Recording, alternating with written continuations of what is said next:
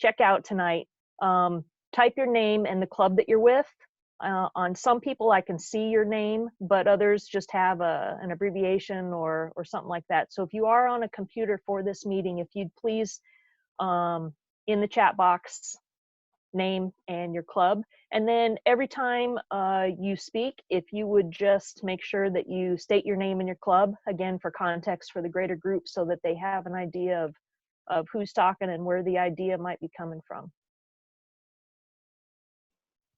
Thanks, Jenny. And that's just important for us so that we can, as Jenny said, know who's on there and who's heard this information. I want to turn it over to Candace briefly to kind of recap some stuff from earlier today. I, at 4:30, had a Zoom call to engage registrars and administrators about current registration management for spring and summer, kind of oversight of how does our fee structure work and what does that mean when it comes to current players and rosters, and passes specifically as we talk about events through July, and then kind of a overview on the Demisphere transition, where we're at and where we're headed. So very, I thought, a well-attended meeting. I was happy to see as many clubs as I saw on. I also plan on sending out a recording of that webinar on Monday. So if you're registrars or you missed it, that will be coming out on Monday, along with a few other webinars from Demisphere for Training. All right, thanks, Candace. Again, very brief overviews. That's really all the information we were going to share. Just to kind of where we want to go now is we want to do two things. We want to do a little Q&A if there's questions for us, to answer those. And then once we've gotten through those, to kind of talk about if any clubs have any ideas, things they're trying to do as we look at really an alternative play calendar in a very different environment than we've ever seen before. So on the call, we have Jenny with communications, excuse me, Candace with our member services and registration. We've got, I saw as well as a couple of his team member. And Craig's also going to give us a haircut lesson later on. He promised me in a text message that he'd share that for anybody with questions. So with that, what we want to do now is just answer questions. You can unmute yourself, ask questions of our team. You can throw them in the chat. Jenny's going to monitor that, and then we'll just have whoever on our team is most appropriate to answer, kind of answer whatever we can as we move forward. So with that, we'll open it up.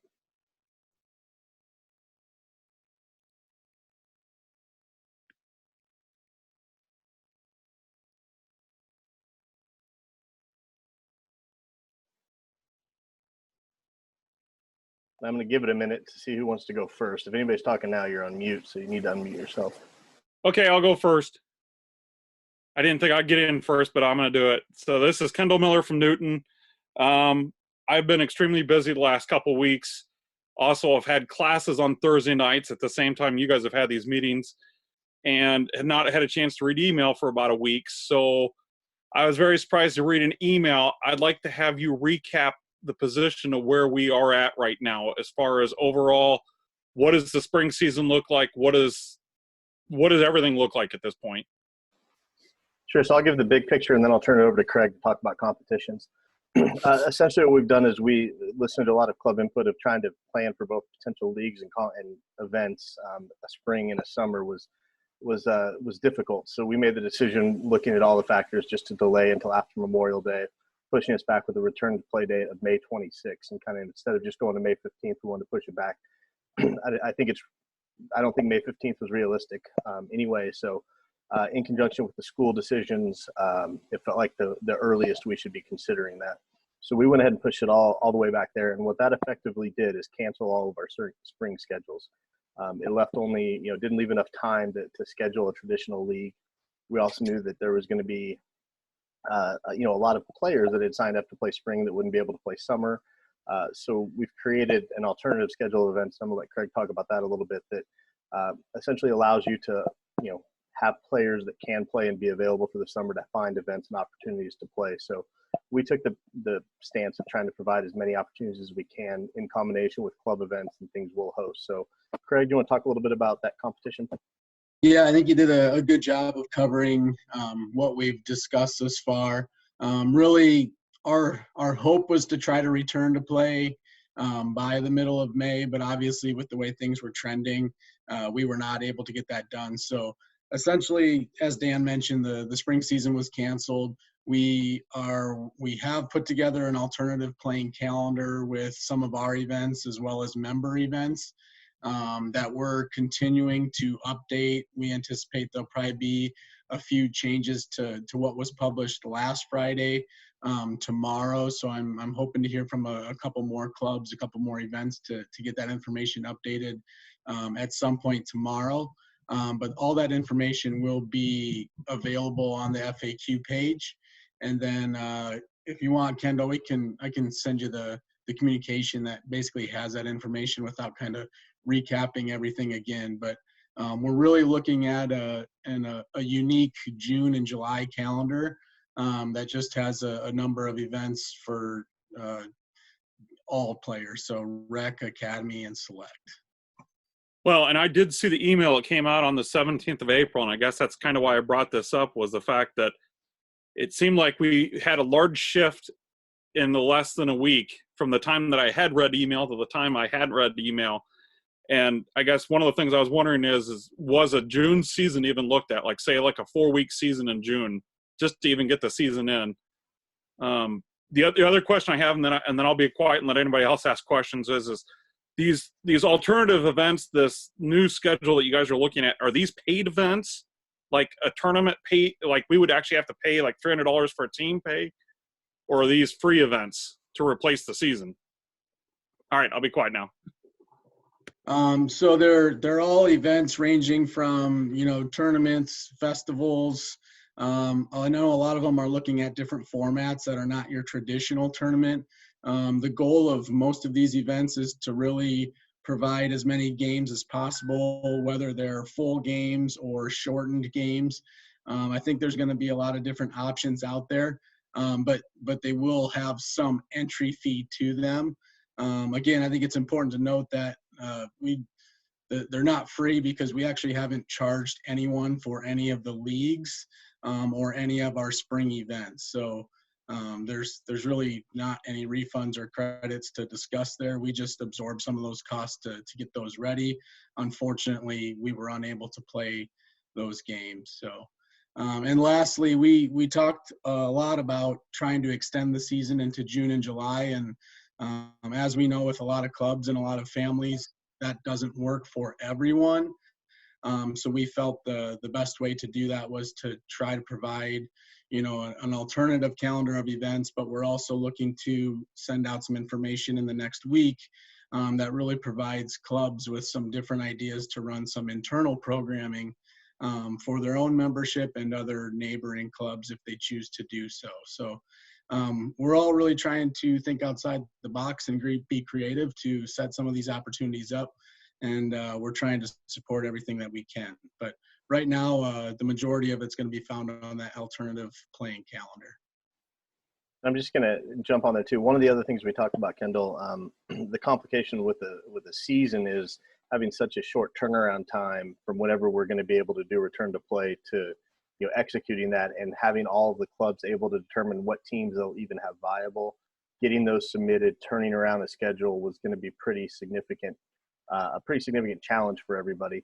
So one of the things that we'll encourage and help coordinate our, and Craig kind of alluded to it, our kind of club versus club weekends. So, you would contact another club, be able to play kind of just on a Saturday or a Sunday or both, as many of your teams as you can get together just on a weekend, and create some additional weekends to play. And those are all things, we'll sanction and support and do our best to help coordinate clubs looking for those opportunities beyond the other events that are available.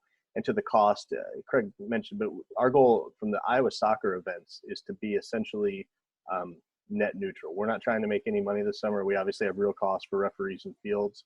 We've already absorbed a lot of money. So our goal will be to not profit off anything over the summer, but really, make it as close to, obviously it's impossible to be zero, but to really look at our costs and figure out how much it's going to be, and charge clubs as minimally as possible to offset some of this, some of the concerns we know you all have. Great questions, though. Anyone else with any questions before we move to ideas or thoughts?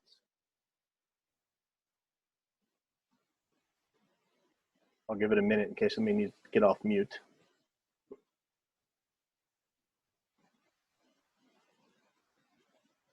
All right, I'm not hearing anything, so we want to kind of shift the focus. And if there's more questions as we move forward, you can certainly ask. You can put them in the chat. You can, at the beginning is that if you've joined us late, to please enter your name and your club in the chat. If you're on the computer, it lets us help us track who's there. So Jenny's checking that, trying to keep a list. Ideas or opportunities for clubs. So where we wanted to go next was just kind of an open discussion. We've got a lot of clubs on the line, all different sizes, all different goals with the spring, summer that we have coming up. So we wanted just to give opportunity for clubs to share ideas as we return to play, and just kind of see what comes out in a brief 10 to 15 minute discussion, knowing this could probably go all night if we really got on a roll, but really just want to kind of hear what everybody has to say. So with that, kind of throw out an idea for what they want to discuss. So this is Jenny. Dan, you are cutting in and out just a little bit, but since we prepped for this meeting, I know what you were saying. We're just inviting you guys. One of the cool things, first of all, I don't want this to sound trite. People are having a difficult time with this situation. Some people are affected, with their livelihoods, with their jobs, with people and their families being sick. If there's potentially a silver lining, as far with respect to youth soccer in Iowa, it's that we've got a little bit of a chance to press the pause button and maybe kind of look to our right, to our left, up and down, since we're all in boxes, and say, hey, this is an idea I had, or this is what our club has a challenge with, or is somebody thinking about this? One thing that we've found the last couple of years as we've increased our in-person engagement with larger groups is that, there's more times than not, the challenges are pretty similar across clubs. They're even similar across the state. So we just want to open it up. And if there's, now that this decision, May 26th, is out there, what are your clubs challenged with, or what are you looking for some feedback? Because now you've got a group of people around you who are probably asking a lot of the same questions and maybe have some really effective ideas.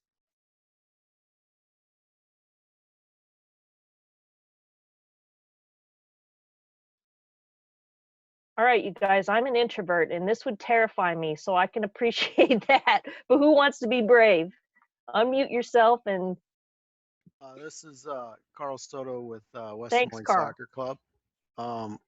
So I guess, from a club standpoint, what we're doing is we are reimbursing our members that do not want to play in June and July and August for the summer. But the ones that do, we are going to be recreating teams and rosters. So from my understanding is that there would be a group of clubs put together to play games that are offsetted from the tournaments and events that Iowa Soccer is putting together. How do teams or clubs plan on getting together to set those games up? Obviously, some of these clubs are further away. Obviously, you guys done this in the past. Is there any advice, any direction from ISA to facilitate, that type of coordination through, like, I don't know, some platform like we've been using in the past? Or does Demosphere have anything like that that can be utilized? What are your thoughts on that?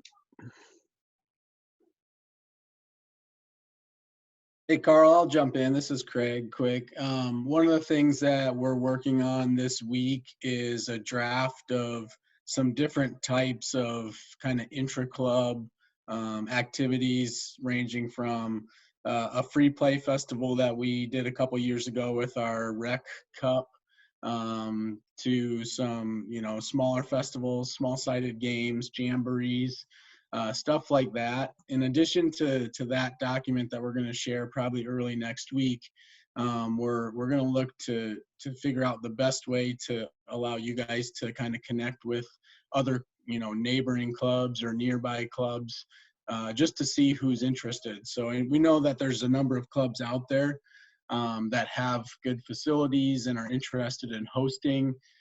So it's really about just getting you guys connected with other clubs that may be interested in doing, those types of events. So in addition to that document, we'll look to be able to share, I got to figure out the best way to get that contact information to those people. But I think that's kind of where we're at in regards to supporting those other events. And lastly, we'll look to create a form of some sort that you guys can complete and send to us. That way we're aware of those events and can support them. We've been meeting with our assigners regularly, so they know that there's, it's going to be a unique season, but I think most of them are ready to go and here to support. So it's really about trying to get that flushed out over the next week or two so we can figure out different ways of supporting these other events outside of the actual tournaments and festivals already on the calendar. So. Okay, thank you. This is Kim Baker with TSF. Can you guys hear me? Okay. I just wanted to know, these events that are happening out, since they're out of the norm, are they sanctioned as far as like liability wise? Are they sanctioned by Iowa Soccer as our normal season would have been? If we can't field a team, for example, could like West Union and Sumner share players or build a team with currently registered players? Is that a viable option? I don't know, just trying to get some different ideas and making sure I understand what's, safe and what's sanctioned by Iowa Soccer.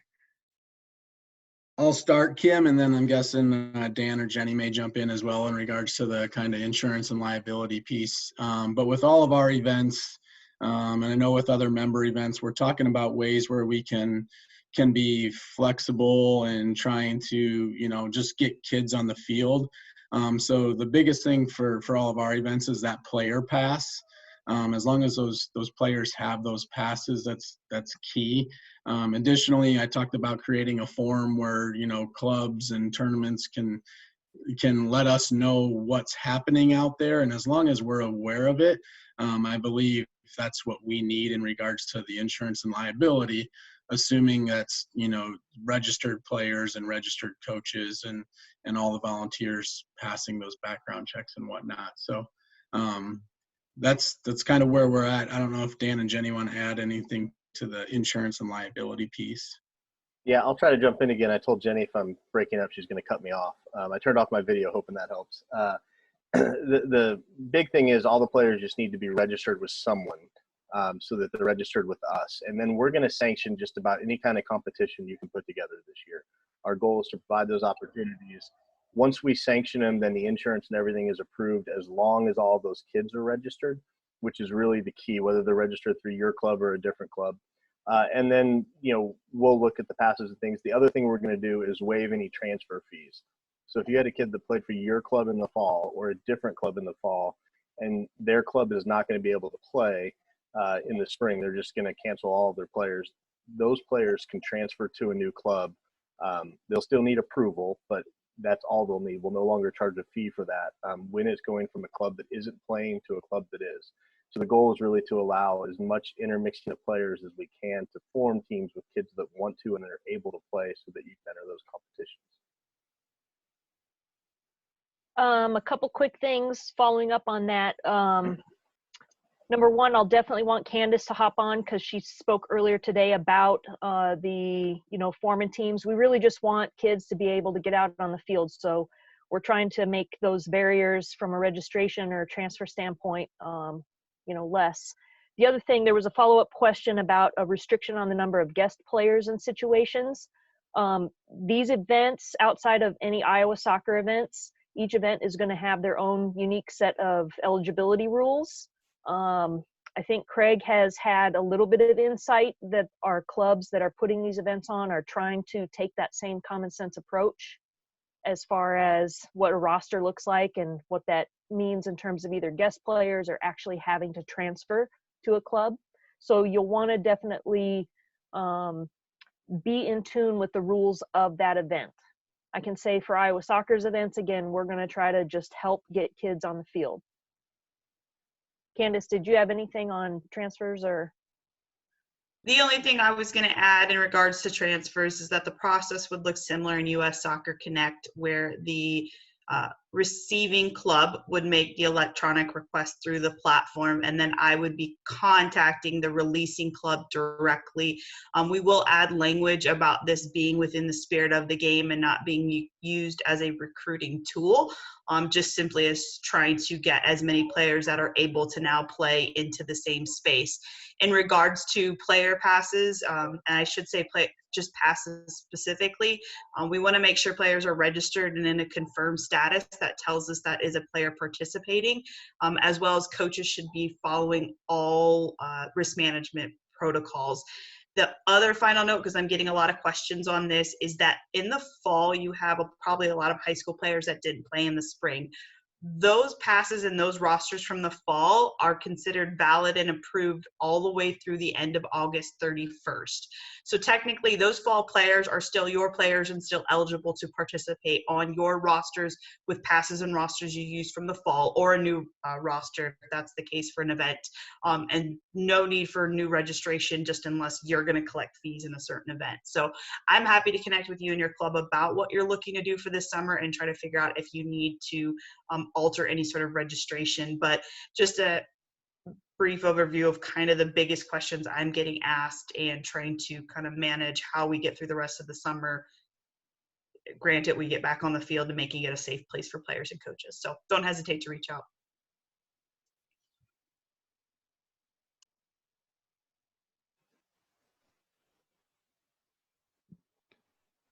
Any other ideas or questions from anyone? Well, since nobody else is jumping on, I'll jump back on again. This is Kendall Miller. As I said, I'm a little behind the curve since I've had such a busy life lately, but maybe that's not such a bad thing. I can kind of sit back and take in what everybody else has been doing. My question to all the soccer clubs is when you went through the process to make the decision on how to move forward, did you make it a board decision? Did you make it a coach level decision? Or did you literally ask each player individually whether they wanted to move forward? This is Carl from West Des Moines Soccer Club. So it was a board decision to play in June or July. We're sending out a form for each player member to fill out to decide if they want to play or not. With that results, we're working to do a refund of the fees. Obviously, we've already processed a few because some of our West Des Moines families are struggling with furloughs and closings. But the other thing is we're asking some of our members that to make just a contribution to the club, even if they decided not to play. So kind of like a donation in that regard.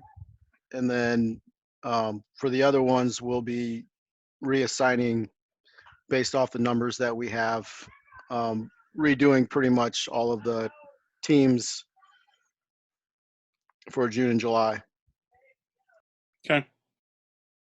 This is Kim with TSF Soccer. We did a similar thing. We had a board meeting, and many people on our board are coaches too. So we reached out to our players and the parents, and then the board came to the decision that as a whole, we're not really going to do the summer thing, but we are going to communicate events to the coaches in the event that they want to follow up, and then we would assist them in following up for an event if they do want to participate, or if they have a kid that wants to participate or participate with another team in another club. And we are also issuing credits for the spring, but we're going to try to avoid issuing refunds just because we're short on cash too. So we're going to put that towards fall registration, except for the situation where parents request an actual refund, or kids that are aged out, or kids that can't play in the spring, in the fall, this coming up fall. Thank you, Kimberly. That was kind of what I was wondering too, because we're kind of in the same situation that we're not exactly a money-rich soccer club, and that's why I was desperately hoping that we would get something of a season in, so I didn't even have to think about the whole idea of refunds and and that type of thing. So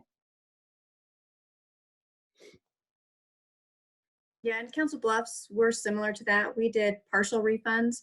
Our coaches are still doing remote sessions once a week with all of our kiddos. So they're getting challenges and some activities and things. And then when the June and July events come out, we still have 4 tournaments that are saying they're postponed. So we still have the potential for a few of our teams to still play. We're waiting to see what those tournaments do.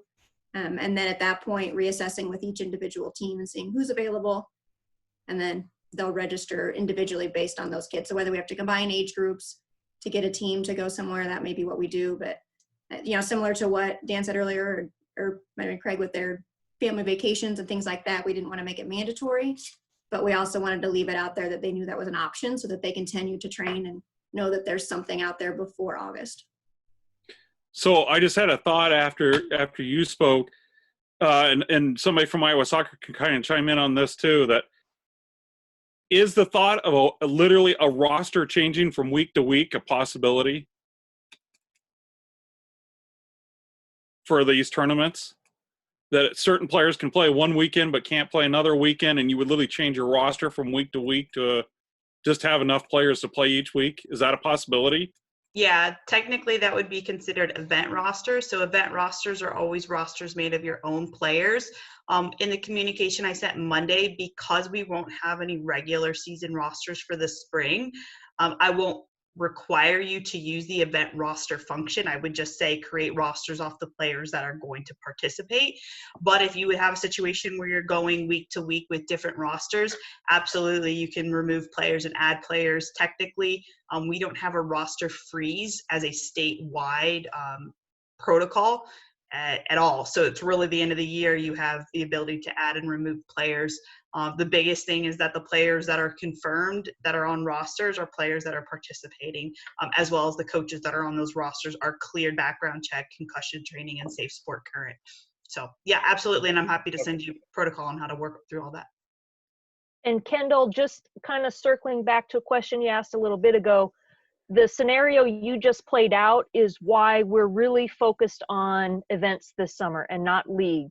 Because you could have, a player who's available 3 out of the 8 weekends or something for those events, rather than, okay, we've got a league schedule, but weekend to weekend, you might not actually have a viable team. The other thing is, in addition to the technical part, which Candace expressed, is make sure you check with those events what their eligibility requirements are in terms of a roster, what that means. For you, it may be, if you're borrowing some players from another club, it may just be a guest player situation, not a transfer situation.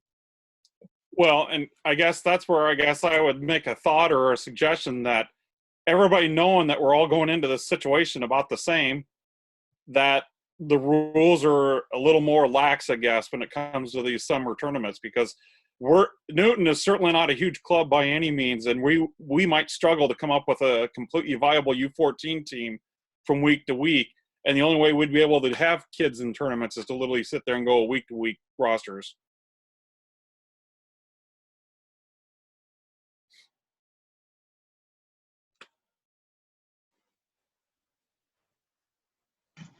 Hi guys, my name is Christian from the Quad City Strikers here in the Quad Cities. I was just going to ask, obviously we're looking at to have events in July and August. Other sports are doing the same, baseball primarily. Are you guys encountering the same with baseball players that play soccer as well? Any suggestions, or I guess we're just looking at the majority of our coaches are just looking at certain tournaments that we might be able to attend, but for the most part, obviously, no league.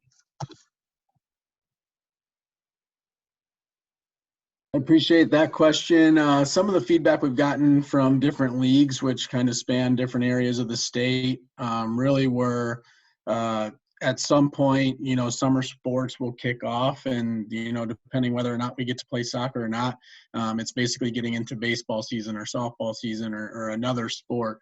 Again, kind of what Jenny alluded to, which is why we tried to, why we stayed away from extending the league, just because the feedback we're getting from our club leaders and some members are it really varies from club to club and from the east side or the northeast side or central or west.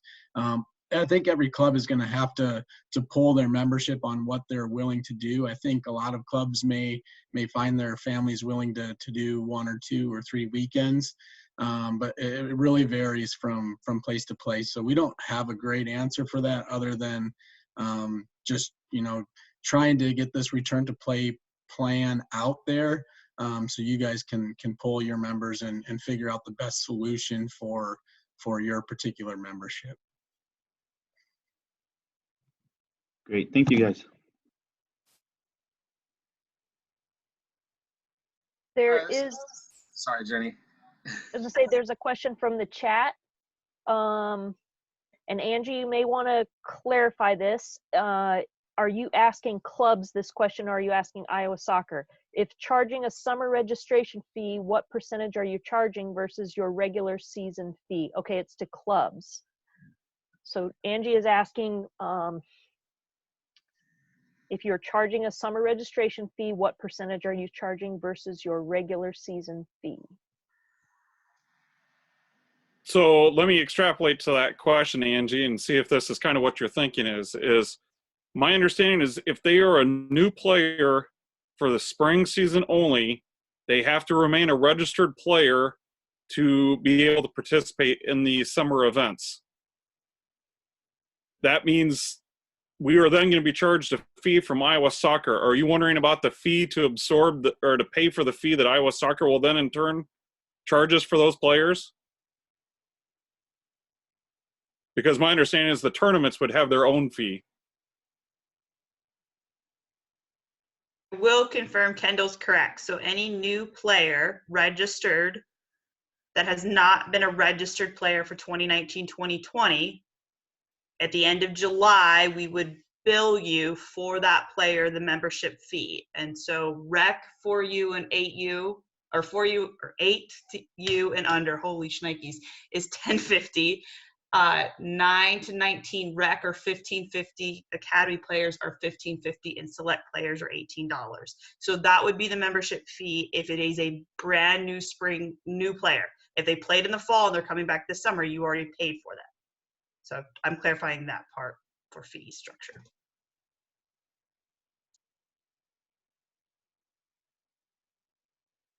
Angie has added to the question, what she's saying is we are trying to determine if we refund everyone their spring club fees and then charge a summer fee, or do a partial refund, or keep it all, or refund every player. This is Matt with Altoona. I'll just kind of speak to that because that's similar to what our plan is. We found that it's just going to be easier to refund or have people donate if they want to donate their spring fees. Because I think cautiously optimistic that if the summer doesn't happen, then you're chasing this rabbit down the hole again. So we felt that it was easier to just do that, take these couple weeks, plan the summer things we want to do, and then go back out to our membership with whoever wants to participate. So that's kind of where we're standing with that. And hopefully that helps you, Angie. That's kind of what we're doing too, So if you refund every player, though, I guess I bring back up that point of what Candace just said. For those players that are new to spring 2020, are you eating that fee then that Iowa Soccer will then charge you? We will eat that fee until we have till July 31st. Am I right, Candace, to drop that player? So we have until July 31st. So if summer doesn't happen, we still have time to drop those players in our registration. Correct, Candace? Thank you. So that's what our plan is. So that we'll still give all of those players the opportunity to play as well.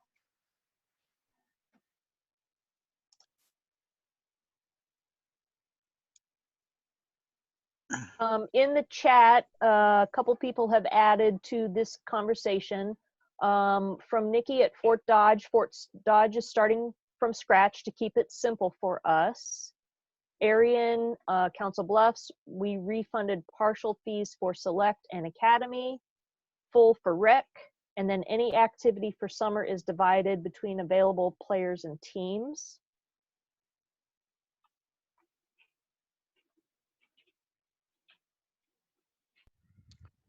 Yeah, this is Carl Soto again from West Des Moines Soccer Club. Our plan is just to, use that summer registration fee or the spring registration fee for the summer. And what our goal is to actually provide as many games and opportunities that would have happened in the spring. Obviously, what we would like to do is with the surrounding area clubs, set up more scrimmages instead of practices, and utilize the clubs in the area for that, instead of partially refunding based off of how many games they got in. So that is our plan. So like I said before, we're gonna refund those who don't want to play. Those that do want to participate in the summer, no changes to those fees. And then as we go through Stack Sports, we just reconfigure the teams.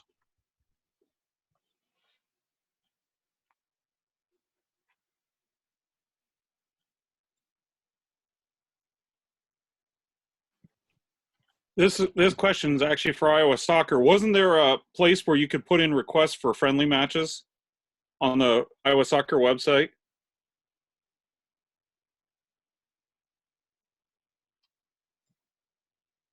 Sorry, I was muted. We haven't had a lot of hits on that recently in regards to getting teams paired up, but we're going to work on creating this new form for new competitions, and we'll try to get something in there just to help during this time, which it was like a friendly match generator where we just, you could let us know if you're interested in playing, and then we could see if there was other teams that were, similar age and gender and competition level, and then we would get you guys in touch.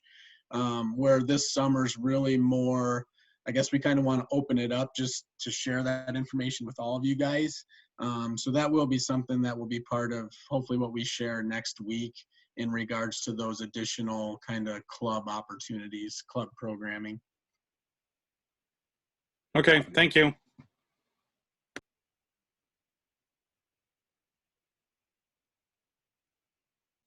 This is Steve Seek from MIFC. We're a little different because we're a satellite club of GPS, so most of our select players go that way. But on the rec side, they're all getting refunds because that's what GPS is, or Altoona is doing, and we're happy with that. And locally, our emphasis is going to be on just getting kids to play soccer this summer if we're allowed to, and not focusing on the competitions. If we can get teams put together for a competition, they want that, that's fine. But the local coaches are going to have informal sessions a couple times a week for whoever can show up to come do some technical sessions and so forth. And if there's enough kids and stuff, maybe we'll just have some informal scrimmages. But, I believe firmly that we're not going to see restrictions of more than 50 people probably this summer across the state. That's where I'm on that.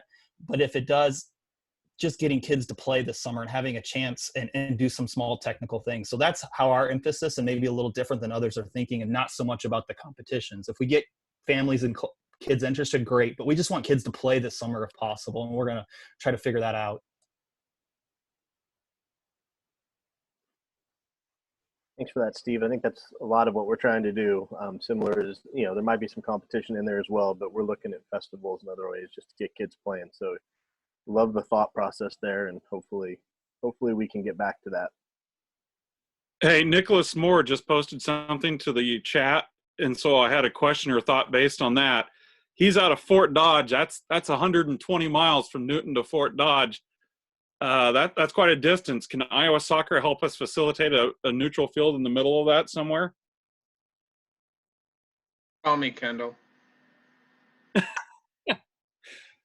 Probably want to go a little bit closer. I was thinking like an Ames type because Ames would be about halfway between Newton and Fort Dodge because he has the right age group for my soccer team. And so it's like, that I'd be definitely thinking that, but I don't know if I want to make a 120-mile drive for a soccer game. Well, after being cooped up for a month, I'll drive anywhere. How's that sound? But yeah, I would be open to anything like that. And I'm sure if anyone got requests like this, we could definitely try to, look at a map and then reach out to the clubs halfway between. I'm sure we could probably come to some sort of agreement there. Yeah, we're trying to figure out, how we support a lot of this. What our focus is next week is kind of education and awareness of different ideas that you guys can look into. But whatever comes out of it, whenever we return to play, whether it's finding facilities, we know finding refs is always a challenge. We've been meeting, Hidayat's on this call, and we've been meeting with our signers weekly basis. I think they're as excited as everyone else is here to just get back to the fields. So whatever that looks like when we return to play, we're here to help. Feel free to reach out to any of our staff in regards to what you're thinking, and we'll see how we can support each one of those efforts. So it looks like an Adam Sankey. I'm not sure which club are you with, Adam? Are you with Iowa Falls by chance?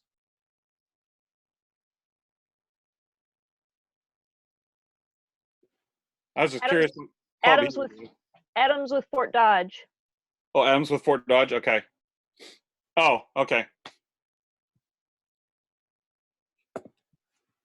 And there was just a quick question on that, since we're talking about getting teams together. Adam asked what tourneys and events are clubs planning and when. So we are keeping on that FAQ page that we've been linking to for the last month, that it is a calendar that is subject to change, and we state that very plainly on there. But what it does is give you an idea of the club and what the latest is on the date that they're looking at. Again, if it's not an Iowa soccer event, we want you to make sure that you contact those club officials directly.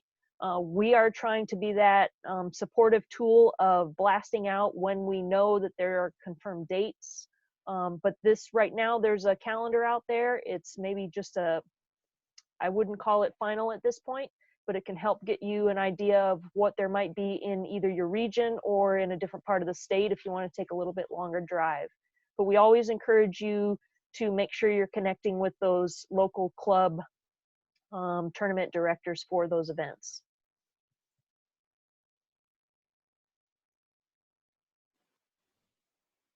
So I had a question. This is Carl Soto again. We had a unique situation when this all started. Obviously, before the state of Iowa put a ban on this, the city of West Des Moines actually put a ban on it before.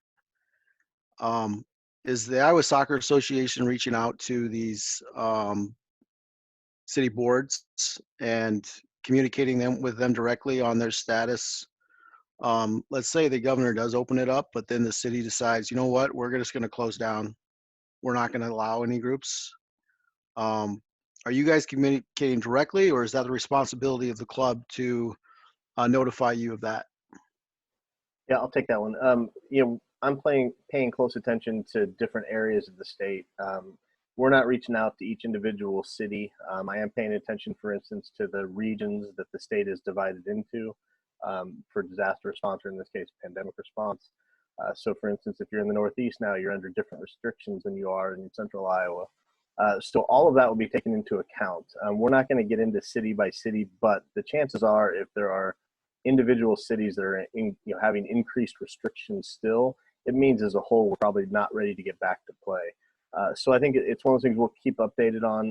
We do know that some of the facilities are, at this point are closed through mid-May time period. So obviously that'll be a factor as well. We try to go back to play, and 90% of our facilities are unavailable to us. That's kind of a pointless endeavor. So certainly we'll take that input as you all learn, sharing with me as I'm kind of acquiring all that data as we make that decision. But we won't get down to the city by city level, just contacting every city council. It's just too, too much to do, but certainly keeping a scope at least at the regional level. Okay, thank you. Yep. This is Matt again. I just have maybe a far-reaching question, but will the summer stuff be canceled if they just change the restrictions of 10 to 50? Similar to what Steve brought up. Will that change the path of what we're doing? So that's kind of the minimum factor to get to the next step, is to see that. I'm not going to commit on just that. What I've said all along is that there's a lot of factors that go into it. Schools are obviously, now we know we're kind of in line with schools ending the year. But once restaurants start opening, once movie theaters start opening, parks are open again, playgrounds, those types of things. Once we see where there's congregate groups of kids coming together for other things, we'll reopen. And I've said that, use the phrase, we won't be the exception to the rule. We won't be the only place you find kids getting together to, in a big group. So I don't want to say 10 to 50 is the magic number, but certainly if we see that, it lends towards playing. But we're going to be fairly conservative, frankly, because we are dealing with kids, and it's our responsibility to err on the side of caution here. So we're hopeful that those restrictions will start to be relaxed in early May, and then by the end of May they're pretty much back to almost normal. I'm not going to say we have to be back to 100% normal. We are, when we restart play, are going to put out guidelines around different things, as far as not sharing water bottles and social distancing on the sideline. Hidayat's going to share the message that you should stay 20 feet from referees at all times. Those kind of things. So we're gonna, we're gonna put out messaging like that about what's a responsible way to return to play as we move forward. Then what restrictions do we have if we do in-house stuff only? So it'll be as far as insurance liability, until we sanction play, there's really no differences. So when we sanction play, it allows you to do any activity and you're covered by insurance policies. Okay, thank you. Until we sanction it, that's sanctioning, really the key behind it is it provides the insurance policies.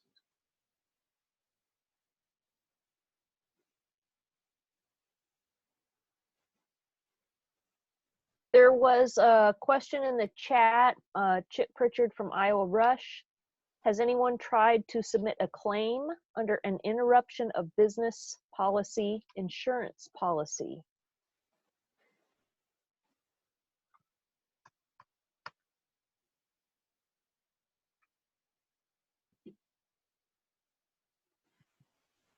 That sounds like a no. I know some clubs, including us, have done the Small Business Association Paycheck Protection Program loans, but I have not heard of anybody trying an insurance claim to this point. No club has let us know that. So if they're out there, I do have a board member that said that doesn't qualify, and he's in the insurance industry.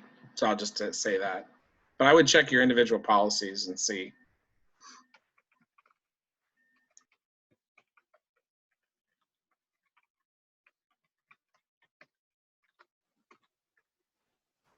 All right. Are there any other, I know we've gone long, and I wanted to try to adhere, but are there any other comments, questions, anything else?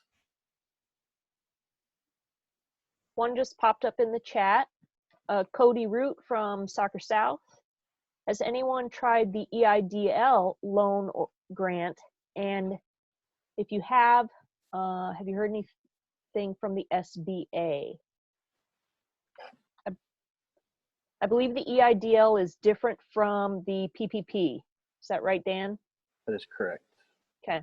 We at Iowa Soccer did not apply for that one. I don't know if I have not heard of any clubs doing anything other than the PPP.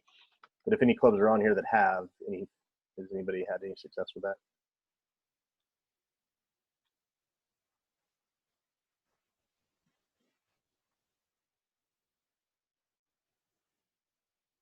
Well, if anybody is, they're muted. I actually have one last question not related to that. So I was pausing to see if anybody answered that question. But my question is, are we plan on continuing these meetings? And then the follow-up question I have to that is can we move it from Thursday night? I have classes Thursday night, so that's why this is my first time I've been able to to join this is actually finals week for my class. So I actually have this week off and next week off, and then I'll be right back on the Thursday nights for my classes. So didn't know if you'd considered maybe changing it to like a Tuesday night instead. Yeah, the reason, and I'll just give the feedback, we chose Thursday nights. It fits. We have a communication schedule every week. We get updates, some information, and it just flows through the week, where by Thursday we have what we call our engagement Thursday. So today we had, I think, 4 or 5 Zoom calls with different groups where we're able to kind of relay information that comes out on Wednesday typically. So Tuesday nights are rough because we typically are just getting ourselves and put it out Wednesday afternoon, which allows us Thursday all day to kind of share that info. And we do the evenings for this specific call because it's a lot of the club leadership that we know are volunteers. This call is a lot of presidents, and wanted to give the best opportunity to join the call, so chosen the evening time. As far as are we going to continue them, and we do record them all, Kendall, so they are available to be recorded. I started the recording after I talked to intro tonight, so everything else is on here. You'll miss my wonderful intro. But they are available, and so we can get you the link if you've missed it. But we'll probably every week we'll look and assess whether it's worth continuing to have this. Tonight we didn't have anything new to share, but wanted to get all the clubs together. And if this is helpful and beneficial, we'll certainly do it again next Thursday. If we hear from clubs that if we don't have anything new to share, then then they don't need this type of discussion. So I think we could go with this type of thing. But whenever we have something new to share, we will certainly schedule that Thursday night, 7 o'clock call. Because the other thing is we've had a really good turnout. We're averaging 35 to 40 people a night, which is pretty good for a lot of volunteer-led clubs. So. On that note, maybe I'll give a last call here. Is there anything else before? Well, and I'm going to kind of follow up to what Angie typed in the text thing. Is it possible then for you to put up those recordings like on the Iowa Soccer website? So if we can't make it to these meetings, we can at least view what you guys are talking about? Yes, Kendall. Yep. Awesome. Thank you. Yep. And you'll find them on the FAQ page. Isn't that right, Jenny? I'll get to that in just a minute. Okay. Yep, for this particular call. Is there anyone else? Last call? We all want to say cheers to surviving another week, you guys. We appreciate you. What I would like to do with these Thursdays is, we know now the return to play is pushed out to May 26th. There are going to be, at least for the next couple weeks, less monumental updates on our end, but I would like to extend this time in this space for us to be a resource to facilitate another, collective effort like this going forward, maybe for the next couple of weeks. I would just ask, first of all, if there is a subject that you think maybe could be a topic, a 30-minute topic, anytime in the next couple of Thursdays that you would like us to tackle or facilitate, shoot me an email, jwood@iowasoccer.org. And what we do is Tuesday afternoons, right around 1:30, we start sending out the invites to these Engagement Thursday sessions. So I would say if you have something or you're not sure, you've got until probably Tuesday at noon, and then we'll make a determination on the Thursday evening session topic if it's even necessary. The second piece is that we have had 2, maybe 3, I don't know, it's kind of a blur, of these Thursday night leadership meetings, and they were update driven. We recorded those and placed them on the FAQ page. This session tonight seems more like a resource. I don't know that posting it on the FAQ page, we try to drive, parents and just the general soccer community there, because it's just kind of general questions. I may come up with, I'll huddle with our leadership team, but I may come up with a different place that we put this recording, and maybe we just start a different kind of resource page. So it will be available. I'll make sure that you guys know where it's available. And if you have any other things you want us to try to facilitate or tackle in the coming Thursdays, please shoot me a message. I have one last question, if I may. The tryout dates, have they changed? Have they been pushed back We doing anything with that? Yeah, we're working on, we anticipate we'll get that communication out next week. We're working on a revised tryout plan that will also have some contingencies on when we can return to play and get into that format. And lastly, we're working on some kind of supplemental documents that'll help kind of clubs in regards to planning with some templates and best practices, as well as some kind of educational stuff that we plan to put out there for families, for players and their families on what this process looks like and best practices again. So we're working through that this week and hope to get that out next week. Great, thank you.